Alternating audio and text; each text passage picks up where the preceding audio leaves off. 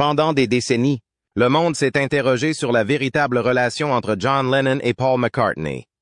Étaient-ils de farouches adversaires dans l'ombre ou la plus grande équipe de compositeurs de tous les temps? Aujourd'hui, John Lennon s'est enfin exprimé sur McCartney dans une déclaration rare et surprenante juste avant sa mort prématurée. Et il a stupéfié tout le monde par ses aveux. Regrettait-il la tournure des événements? Nourrissait-il une admiration plus profonde pour McCartney qu'il ne le laissait entendre? Ou leur amitié de longue date était-elle plus nuancée que ne le pensaient leurs admirateurs? Mais avant de nous pencher sur cette révélation choquante, nous aimerions connaître votre opinion. Pensez-vous que John Lennon et Paul McCartney étaient réellement en paix avant la mort de ce dernier? Si vous pensez qu'ils ont fait la paix, laissez un commentaire 1. Si vous pensez que leur querelle n'a jamais vraiment pris fin, laissez un commentaire 0. La révélation surprenante de John Lennon concernant Paul McCartney. Paul McCartney est né le 18 juin 1942 à l'hôpital Walton de Liverpool, où sa mère, Mary Patricia, travaillait comme infirmière jusqu'alors. C'est sa mère qui lui a donné le prénom de Peter McCartney. Les difficultés rencontrées par ses parents en raison de leurs origines irlandaises ont changé le cours de leur vie à jamais. Paul n'était pas le seul dans la famille à être confronté à ces difficultés. Il a également eu la chance d'avoir Ruth, la fille de la seconde épouse de son père, Angie, comme demi-sœur plus tard. Ruth était sa demi-sœur des deux côtés. Son frère ou sa sœur cadette s'appelait Peter Michael. La maison ne présentait pas beaucoup d'activités religieuses, bien que leur père, Jim, ait renoncé à son héritage protestant et se soit converti à l'agnosticisme alors qu'ils étaient encore jeunes. Ils ont été baptisés dans la foi catholique que leur mère pratiquait. Et malgré le fait que Michael et Paul aient été baptisés catholiques. En d'autres termes, un grand nombre de familles se fiaient à une foi qu'elles ne pratiquaient pas personnellement. Avant la guerre, Jim travaillait comme vendeur pour un marchand de coton nommé A, ce qui lui permettait de maintenir un revenu constant. Jim a ainsi pu maintenir sa sécurité financière. Bonjour! Nous sommes Haney et compagnie. En général, le travail n'était pas très intéressant, mais il suffisait à couvrir les dépenses. Dès le début de la guerre, tout changea radicalement. Jim réussit à trouver un emploi de tourneur chez Napier's Defense Engineering Works lorsque Haney fit faillite. Il passait ses soirées à éteindre des incendies et ses journées à tourner du métal. Il avait beaucoup à faire. Il n'avait pas beaucoup d'options à sa disposition, même si le poids de la guerre l'obligeait à mener une vie difficile. La famille s'installe dans un appartement de 2 chambres à Knowsley en 1944, alors qu'elle continue de s'agrandir. Leur nouvelle vie commence officiellement à ce moment-là. Après un certain temps, ils déménagent à Speke et finissent dans un complexe d'habitation appartenant à la municipalité. Après la guerre, les années qui suivent ne sont pas faciles. Jim reprend son ancien travail, même si son salaire est inférieur à ce qu'il était. Le métier de sage-femme de Mary générait suffisamment de revenus pour garantir à la famille la possibilité de maintenir son niveau de vie. En raison de la quantité importante de travail qu'elle effectuait et du fait qu'elle allait aider d'autres mères avec leurs bébés, elle ne pouvait passer que très peu de temps avec ses propres enfants. Paul commença à fréquenter l'école primaire de Stockton Wood Road en 1947 dans le cadre de sa scolarité formelle. Cela marqua le début de sa carrière universitaire. Mais en raison de la surpopulation de l'école, il a finalement été contraint de fréquenter l'école primaire Joseph Williams à Bellevale. Il a dû s'habituer à un nouveau changement. Paul a reçu une bonne nouvelle en 1953 lorsqu'il a réussi les examens d'entrée à l'école secondaire. Sur les 90 élèves, seuls 3 ont réussi. En conséquence, on lui a offert la chance de s'inscrire au Liverpool Institute, une école secondaire située dans la ville de Liverpool. En d'autres termes, même si ce n'était qu'une petite victoire, c'était tout de même un pas en avant. La vie et l'enfance de Paul Harrison. En 1954, Paul était dans le bus lorsqu'il aperçut un individu solitaire nommé George Harrison. Ces 2 personnes se rencontrèrent par hasard. George et Paul ont pu établir une relation instantanée, bien que George ait 1 an de moins que Paul. Même si Paul était plus âgé que George, cela s'est néanmoins produit. Après y avoir réfléchi, Paul admet qu'il y a eu des moments où il a essayé de mettre George mal à l'aise en lui parlant de manière condescendante. Il appelle ce comportement « parler de haut ». Néanmoins, il n'arrêtait pas d'y penser même s'il savait que c'était un comportement stupide et que cela montrait un peu d'orgueil de sa part. Paul disait à plusieurs reprises « Je n'ai jamais vu mieux », en référence aux personnes avec lesquelles il avait grandi. Les personnes avec lesquelles il avait joué, disait-il. Les personnes en question n'étaient ni des présidents, ni des hauts fonctionnaires, ni aucune autre personne de ce genre, à quelque niveau que ce soit. Bien qu'il s'agisse simplement de gens ordinaires menant une vie humble, ils avaient la sagesse et la force de rendre les difficultés de la vie moins intimidantes qu'elles ne l'étaient en réalité. Il était l'une de ces personnes qui étaient toujours prêtes à aider la famille et qui ne demandaient jamais grand-chose en retour. C'était une personne véritablement altruiste. Son propre père en est un exemple. Paul les a qualifiés dans sa lettre de « sel de la terre ». Il voulait dire par là qu'ils étaient le genre de personnes qui vous touchent sans même essayer. La famille avait déménagé à un moment donné au 24th Road à Allerton, où elle vécut jusqu'en 1964. Ils ne partirent qu'en 1964. Le fait que Mary ait travaillé comme sage-femme a été un facteur crucial qui a grandement influencé ce choix. La mère de Paul prenait son vélo par tous les temps, à toute heure du jour ou de la nuit, pour aller voir ses patients. Malgré la situation, elle prenait cette décision. Cependant, les rues glacées qu'elle parcourait à 3 heures du matin étaient la seule chose dont il se souvenait.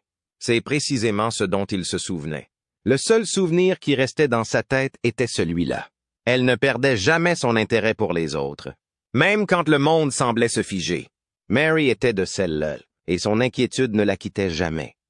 D'un autre côté, octobre 1956 est le mois en question. Et c'est à ce moment-là que la catastrophe s'est produite. Après avoir suivi une thérapie pour un cancer du sein, la mère de Paul a été victime d'une embolie mortelle et est décédée. Cette terrible nouvelle a été une terrible tragédie. Le parcours des Beatles avec Paul McCartney. Lorsque cet incident s'est produit, Paul n'avait que 14 ans. Il a eu le cœur brisé en réalisant qu'il devait lui dire au revoir. Sa disparition a créé un vide dans leur foyer qui ne pourra jamais être comblé par quoi que ce soit. Personne ne pourra jamais trouver un substitut adéquat. Paul finira par tisser des liens étroits avec John Lennon, qui avait perdu sa mère Julia en 1958 et qui s'est finalement rapproché de Paul. Un lien fort s'est formé entre eux en raison de leur souffrance commune. Leur amitié et la musique, qui allait avoir un impact significatif sur leur vie, se sont ensuite construites sur ce lien. James était le père de Paul et il avait un talent musical. James avait un don pour la musique. Il dirigeait le groupe de jazz de Jim Mack dans les années 1920 et, en gardant un piano dans le salon, il a constamment inspiré ses enfants à devenir musiciens. Il a également eu un impact sur l'évolution du groupe de jazz. Il a également dirigé le groupe de jazz dont Jim Mack était responsable. Même s'il a activement encouragé Paul à prendre des cours de piano, Paul a choisi d'apprendre l'instrument à l'oreille plutôt que de suivre les règles. Lorsque Paul avait 11 ans, son père l'a encouragé à tenter sa chance pour obtenir un poste dans le chœur de la cathédrale de Liverpool. Paul était enthousiasmé par cette perspective. Malheureusement, Paul ne fut pas sélectionné pour le rôle proposé car son audition ne s'était pas très bien passée. Une autre possibilité était qu'il commence à chanter dans la chorale de l'église Sainte Barnabas. L'autre approche était la suivante. Même si son sang ne coulait pas exactement à flots à ce moment-là, il était néanmoins plein de chant. Il avait un lien profond avec la musique. Jim offrit à Paul une trompette avec une finition nickelée pour son 14e anniversaire. Paul était ravi de recevoir ce cadeau. Paul décida de la remplacer par une guitare acoustique Framus Zenith de 7 kilos. Mais il y avait un problème avec cela malgré cela.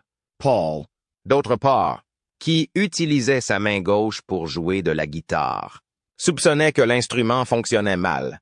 Une affiche de Slim Whitman, un guitariste qui jouait de la main gauche, fut le prochain élément qu'il vit, et tout commença à se mettre en place.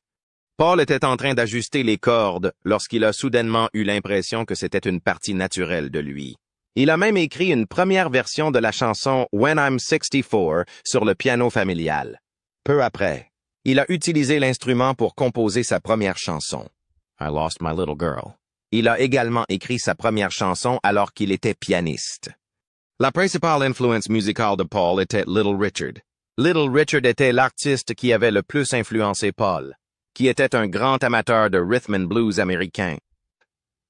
Long Tall Sally de Little Richard était la chanson qu'il a chantée lorsqu'il s'est produit devant un public pour la première fois.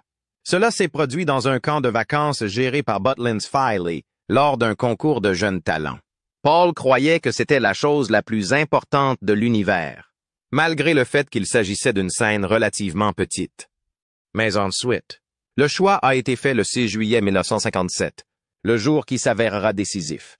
Paul a rencontré John Lennon pour la première fois alors qu'il n'avait que 15 ans. Paul a été invité à rejoindre le groupe en tant que guitariste rythmique presque immédiatement après. L'offre a été faite à Paul presque immédiatement. Ce fut le début de quelque chose qui s'avérerait plutôt important à l'avenir, même si personne ne l'avait vu venir à l'époque.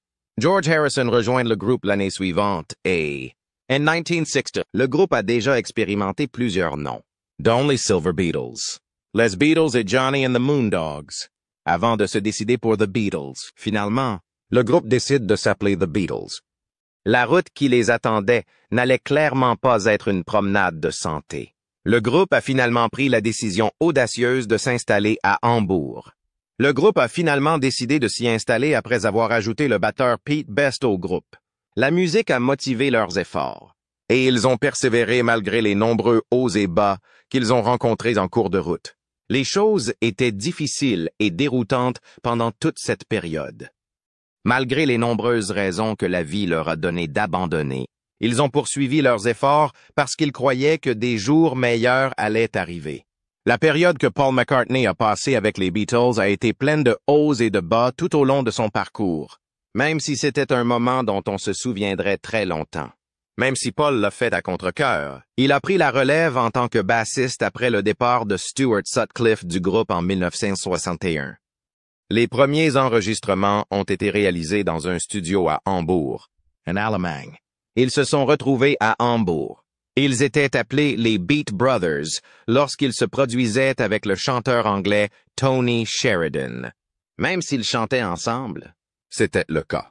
Le chanteur Tony Sheridan était anglais. En raison du peu de succès qu'ils avaient eu auparavant, Brian Epstein s'est intéressé à eux et est finalement devenu leur manager. Les débuts et les défis des Beatles. Lorsque Ringo Starr remplaça Pete Best à la batterie en 1962, les choses commencèrent à s'assembler de manière progressive mais finalement fructueuse. Cela se produisit lorsque Ringo Starr remplaça Pete Best à certains postes. La même année, ils obtinrent leur premier grand succès avec la chanson Love Me Do, qui fut le catalyseur du phénomène communément appelé Beatlemania. En collaborant avec d'autres artistes, McCartney a pu réaliser des singles tels que I Saw Her Standing There et Can't Buy Me Love. Ces chansons ont été publiées à une époque où le niveau d'enthousiasme qui les entourait était à son maximum. En 1965, les Beatles avaient déjà commencé à modifier leur son, et Paul connaissait un niveau d'influence qu'il n'avait jamais connu auparavant. C'est avec la sortie de sa chanson Yesterday, dans laquelle on l'entend chanter avec un quatuor à cordes, qu'il fait une entrée significative dans le domaine de la musique classique. Les sentiments puissants de Paul, qu'il exprime dans la chanson Yesterday, reflètent non seulement son propre développement personnel, mais font également allusion aux problèmes croissants qui se produisent au sein du groupe. Il était clair que des tensions de ce genre étaient présentes tout au long du processus d'enregistrement de l'album Rubber Soul. Malgré le fait qu'il essayait de convaincre tout le monde de continuer à vivre, il y avait des signes indiquant que Paul McCartney et George Harrison étaient en désaccord. Il leur devenait de plus en plus difficile de communiquer entre eux en raison du fait que leurs perspectives artistiques étaient si différentes l'une de l'autre. Néanmoins, malgré les difficultés, ils ont persévéré pour créer des chansons encore plus incroyables. Avec la sortie de Revolver en 1966, ils ont pu démontrer l'ampleur de leur progression. Contrairement à tout ce qu'ils avaient produit auparavant, les chansons qu'ils avaient écrites, comme Eleanor Rigby, qui contenait des violons obsédants, étaient complètement uniques. Il est important de noter que 1966 a également été l'année où la carrière des Beatles en tournée a pris fin. L'année 1966 a été l'année. Après la fin de leur dernier concert, Un silence particulier s'est installé. Malgré le fait que les autres membres du groupe se soient contentés de rester en retrait, l'enthousiasme de McCartney est resté intact tout au long de la représentation. La possibilité de les mener vers de nouveaux horizons artistiques, comme avec le groupe Pepper's Lonely Hearts Club Band, le Revolutionary Sergeant, était quelque chose qui l'enthousiasmait beaucoup. Il était impatient de les emmener dans des aventures à la fois nouvelles et imaginatives. Paul souhaitait les débarrasser de l'héritage d'un groupe de mop-top, qui les avait caractérisés pendant si longtemps. Paul désirait se dissocier de l'idée qu'il ne faisait qu'expérimenter de nouvelles choses qu'il n'avait jamais faites auparavant. Malgré le fait qu'il ait marqué un tournant décisif dans l'histoire de la musique, l'album a également révélé comment McCartney et ses collègues musiciens se sont progressivement éloignés les uns des autres tout au long du processus d'enregistrement. À la suite du décès de leur manager, Brian Epstein, les Beatles ont vécu une période de deuil en 1967. Malgré le fait que McCartney ait fait un effort pour assumer un rôle de leader, tout le monde n'était pas satisfait de la façon dont il se développait en tant que directeur général. L'une des choses qu'ils ont expérimentées a été le film de Paul, The Magical Mystery Tour, qui a reçu des critiques négatives. Ils ont essayé plusieurs autres choses. Ils ont expérimenté cela comme l'une des choses qu'ils ont testées. Il y avait encore un autre problème à régler, à savoir le fait que les tensions n'avaient fait que s'accroître tout au long du processus d'enregistrement de l'album blanc. Le désir d'indépendance de John Lennon et le désir de direction et de contrôle de Paul McCartney étaient en opposition directe l'un avec l'autre. Le mécontentement de Harrison envers Paul était un autre facteur qui ne contribuait pas à l'amélioration de la situation. En 1969, il leur était de plus en plus difficile de séparer leur vie personnelle de leur vie professionnelle. Abbey Road fut le dernier album que les Beatles décidèrent d'enregistrer, et ce fut un album mélancolique. Cela s'explique par le fait que McCartney et Lennon n'ont pas participé à la moindre conversation sur l'album. Malgré le fait que l'album fut un succès, il était clair que la fin approchait de plus en plus. En septembre de cette année-là, John Lennon prit la décision secrète de quitter les Beatles pour des raisons liées à sa vie personnelle et à sa vie professionnelle. Les dernières années de Paul McCartney et la fin des Beatles. Néanmoins, en 1972, McCartney annonça qu'il quittait le groupe en raison de problèmes avec Alan Klein, qui était le manager du groupe à l'époque. Klein était la personne la plus responsable de la gestion du groupe. Au cours des années qui suivirent, de nombreux litiges et conflits juridiques de nature diverse furent portés devant les tribunaux. Le choix que Paul McCartney fit en 1970 de dissoudre officiellement les Beatles eut un impact dévastateur non seulement sur le groupe lui-même, mais aussi sur les personnes qui les suivirent. Une période importante s'écoula pendant laquelle leurs relations furent mises à rude épreuve en raison de l'éclatement de l'idéal qu'ils avaient établi ensemble. Malgré le fait que leur musique perdurera, l'idéal qu'ils avaient créé ensemble s'est érodé.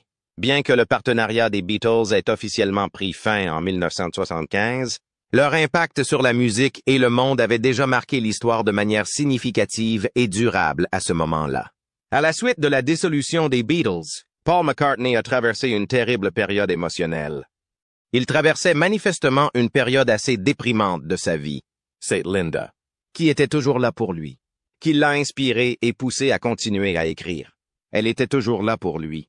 La chanson « Perhaps I'm Amazed » a été écrite par Paul McCartney en hommage à son caractère unique en tant qu'individu.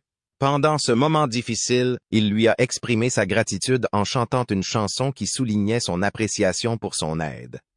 L'année 1970 marque le début de sa carrière solo, marquée par la sortie de son album éponyme, McCartney.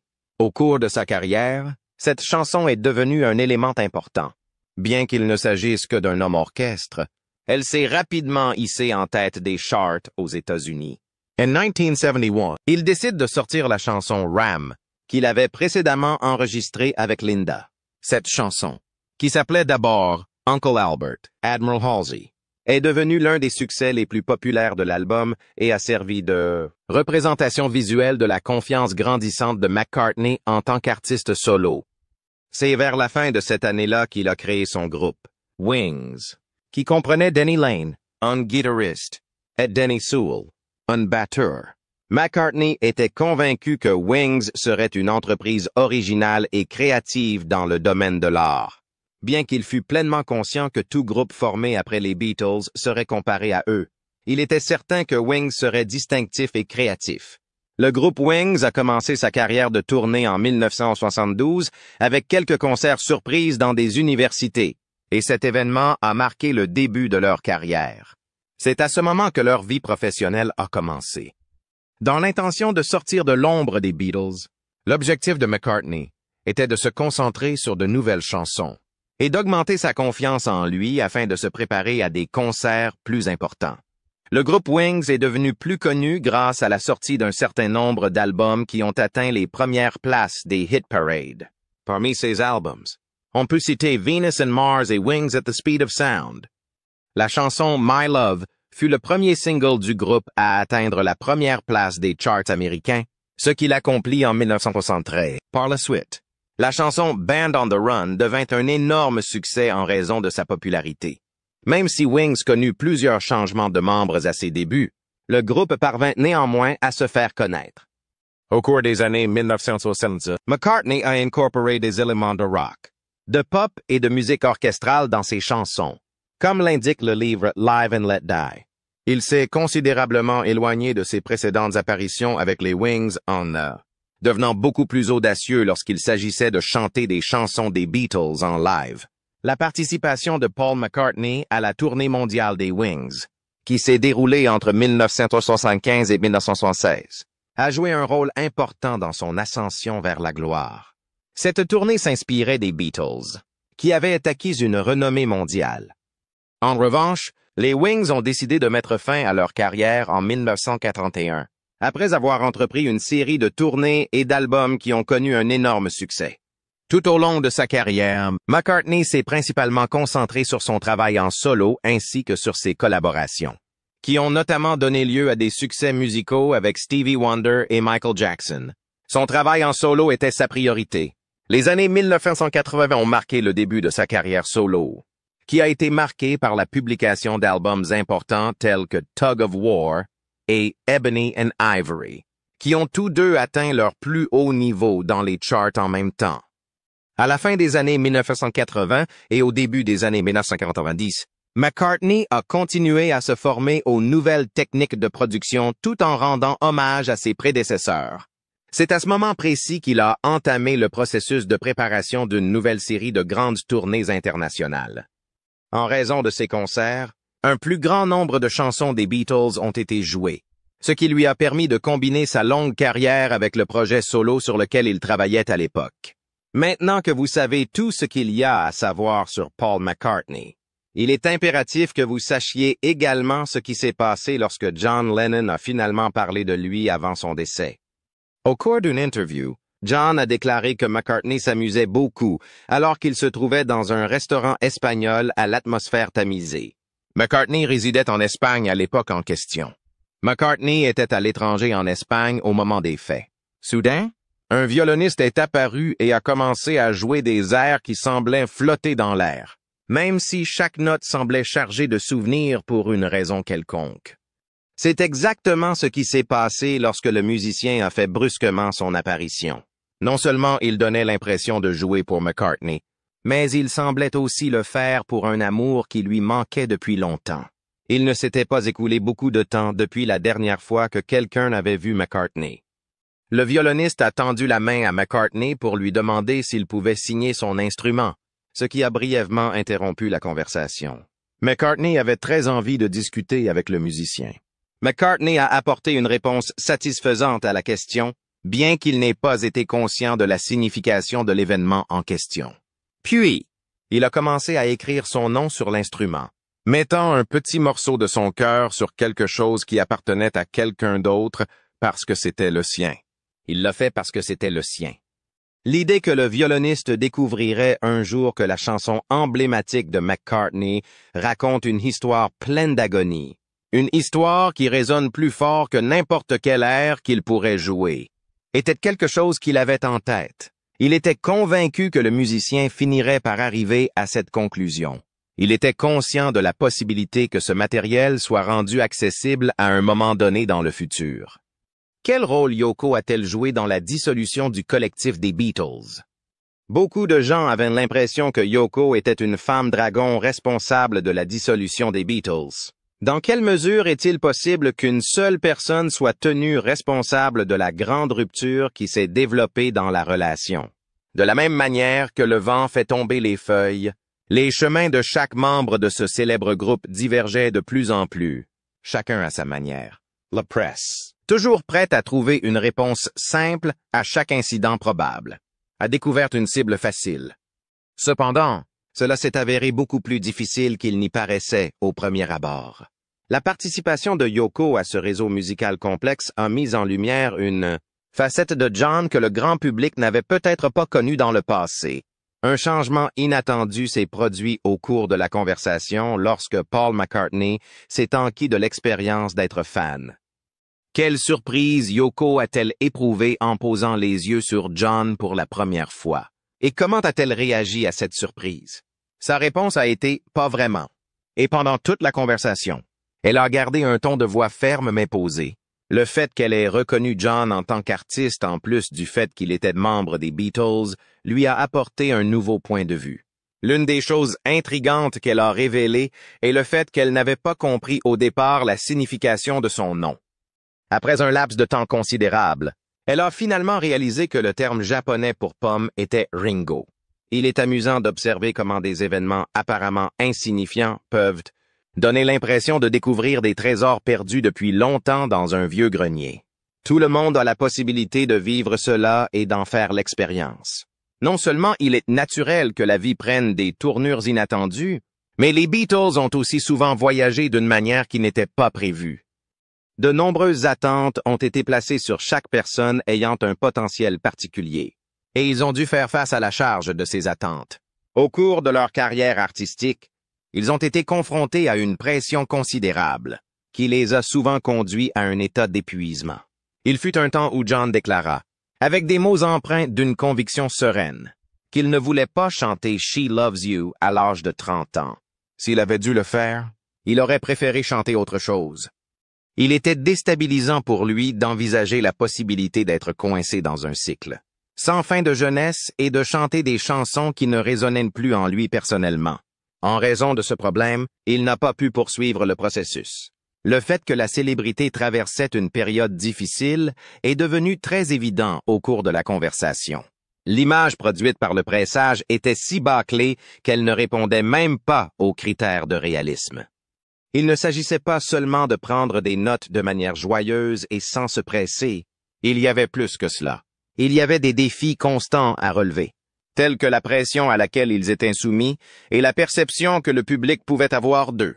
Un prisme qui masquait la réalité était toujours utilisé pour voir ces périodes de leur vie, alors même qu'elles étaient la base sur laquelle leur vie était construite.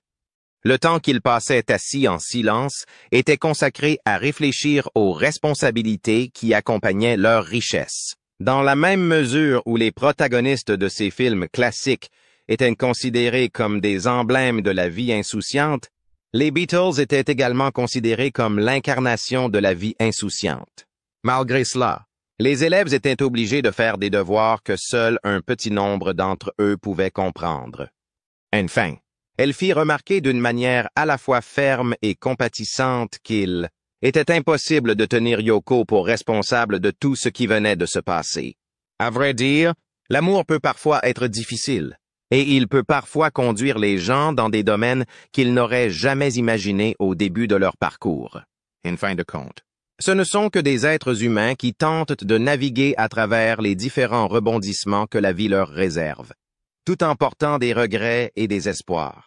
Tous deux étaient en train de discuter de l'introspection lorsque leurs pensées ont commencé à vagabonder vers d'autres sujets, tels que l'amour et la tristesse. Les mouvements qui sont incorporés dans cette danse ont la capacité de susciter des émotions à la fois positives et négatives chez les participants. Et la danse elle-même engage tous les joueurs. Tout comme les notes de violon ne cessent jamais de laisser une empreinte. Les événements qui se produisent dans notre vie semblent rester avec nous plus longtemps que nous ne le souhaiterions. Alors que la vidéo touche à sa fin, nous ne pouvons nous empêcher de réfléchir aux chansons qui sont restées dans notre conscience collective à la suite des expériences que nous avons vécues tout au long de notre vie. Nous pouvons apprendre du chemin emprunté par les Beatles que l'amour a la capacité de rassembler les gens tout en les éloignant les uns des autres. Pour y parvenir, il rassemble un large éventail d'expériences qui contribuent à la formation de nos identités. En fin de compte, McCartney et Lennon étaient plus que de simples compagnons de groupe, ils étaient les deux faces d'une même médaille. Et même s'ils ont connu de nombreux hauts et bas en cours de route, leur amour et leur estime l'un pour l'autre n'ont jamais vraiment diminué. Que pensez-vous des derniers mots de John Lennon? Avaient-ils un lien plus étroit que ce que le monde extérieur n'a jamais réalisé?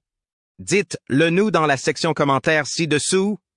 Pour d'autres histoires emblématiques de l'histoire de la musique, n'oubliez pas de vous abonner et d'aimer cette vidéo. À la prochaine!